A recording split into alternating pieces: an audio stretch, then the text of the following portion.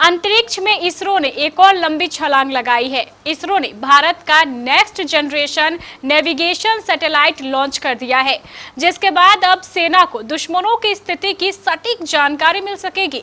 देखिए ये रिपोर्ट।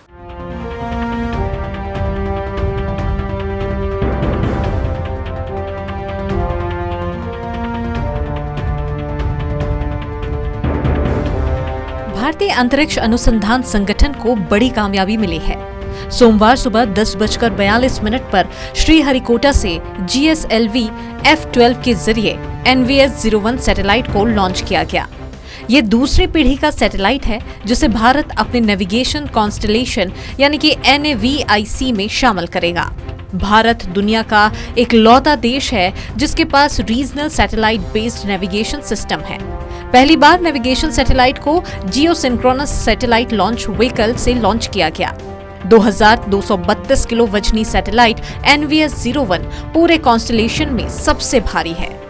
अभी भारत के क्षेत्रीय navigation satellite system IRNSS constellation में 7 सैटेलाइट हैं और उनमें से हर एक का वजन लिफ्ट ऑफ के समय करीब 1425 किलोग्राम होता है। आइए समझते हैं कि दूसरी पीढ़ी के इन नेविगेशन सैटेलाइट से कितना फायदा होगा।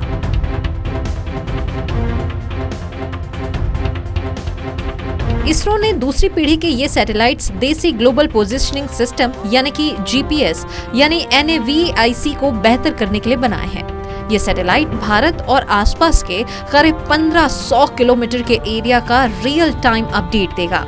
NAVIC को इस तरह से डिजाइन किया गया है कि यूजर को 20 मीटर के दायरे में स्थिति और 50 नैनोसेकंड के अंतराल में समय की सटीक जानकारी मिल सकती है।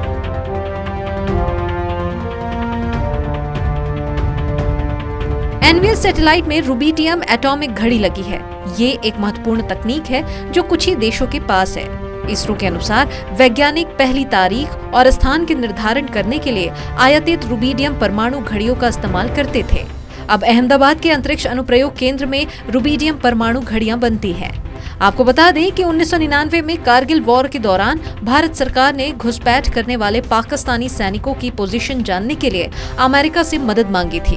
तब अमेरिका ने GPS सपोर्ट देने से इनकार कर दिया था। इसके बाद से ही भारत अपना नेविगेशन सैटेलाइट सिस्टम बनाने में जुट गया था।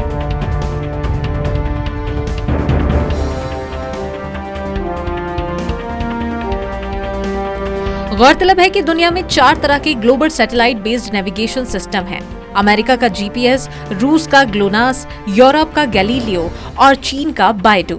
भारत एक लौता ऐसा देश है जिसके पास regional satellite based navigation system है। जापान में 4 सैटेलाइट सिस्टम है जो पूरे देश में GPS सिग्नल को बेहतर कर सकता है, काफी कुछ भारत के गगन की तरह। एक बार पूरी तरह ऑपरेशनल हो जाने के बाद NAVIC के ओपन सिग्नल एक्यूरेट पोजीशन बता पाएंगे।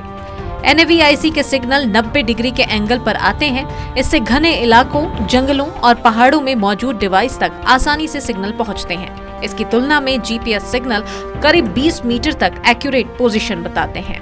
तो इससे एक बात तो साफ है कि इसरो ने एक बार फिर से नया इतिहास रच दिया है।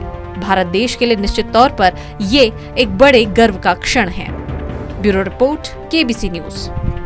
भीषण गर्मी से बचना चाहते हैं, कूलर और AC खरीदना चाहते हैं, आइसक्रीम रखने के लिए डीप फ्रीजर खरीदना चाहते हैं, कोल्ड ड्रिंक के लिए VC कूलर खरीदना चाहते हैं, तो आइए सत्य सिक्योरिटी के शोरूम में वोल्टास AC, डीप फ्रीजर और VC कूलर की पूरी रेंज के लिए पधारे सत्य सिक्योरिटी नियर ऋषि भवन, बड़ा बाजार, कटिहार।